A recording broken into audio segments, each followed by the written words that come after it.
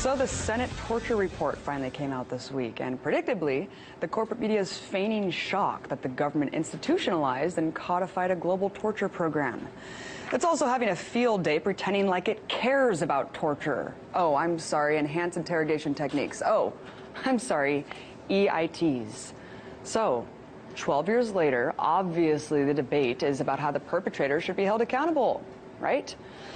Actually, in order not to appear biased against one of the greatest crimes a government can possibly commit, networks are making sure to provide more than enough time to the actual torture architects to tell their side of the story. We did exactly what needed to be done in order to catch those who were guilty on 9/11 and to prevent a further attack. And we were successful on both parts. This report says it was not successful. The report's full of crap. In times in which you are threatened, in circumstances of that sort, the rules can be somewhat different under American constitutional law. We're dealing with animals. We're dealing with groups of people who behead, blow up, exterminate people. So we, too, should be animals? The way you defeat an animal, Carol, oftentimes is to act like one. I think we were perfectly justified in doing it, and I'd do it again in a minute. I have absolutely no doubt that Darth Cheney would torture someone again in a heartbeat for no reason, considering the fact that zero actionable intelligence was gleaned from these horrific tactics. But facts aren't stopping the masterminds of the torture program from gallivanting around the MSM explaining why torture worked.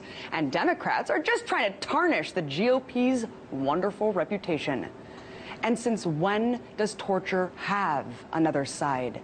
This is 2014. Torture was banned internationally under the UN Convention Against Torture, signed by Reagan in 1984, under which Article 2 states, no exceptional circumstance whatsoever, whether a state of war or a threat of war, internal political instability, or any other public emergency may be invoked as a justification.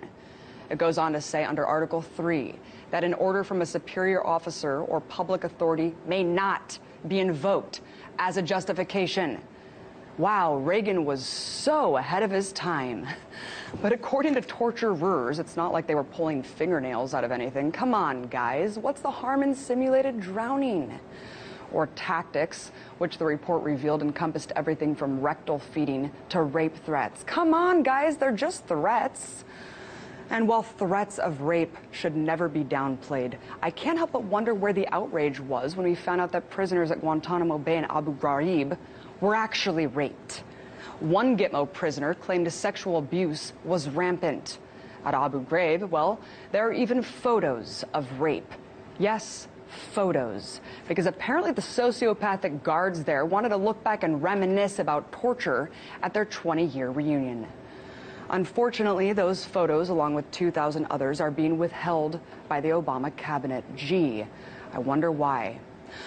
Another point that the media is rightfully honing in on is the fact that one prisoner in a dungeon-like torture facility dubbed Cobalt died from hypothermia on a cold, damp floor.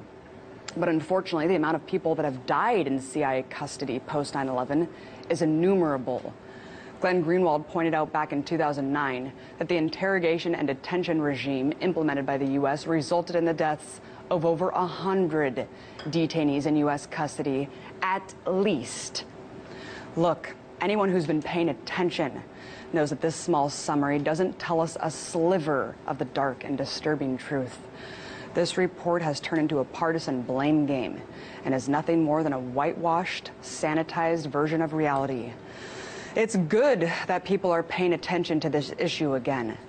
But the war criminals that ordered and executed the torture, until they're standing on the trial at The Hague, spare me the faux outrage.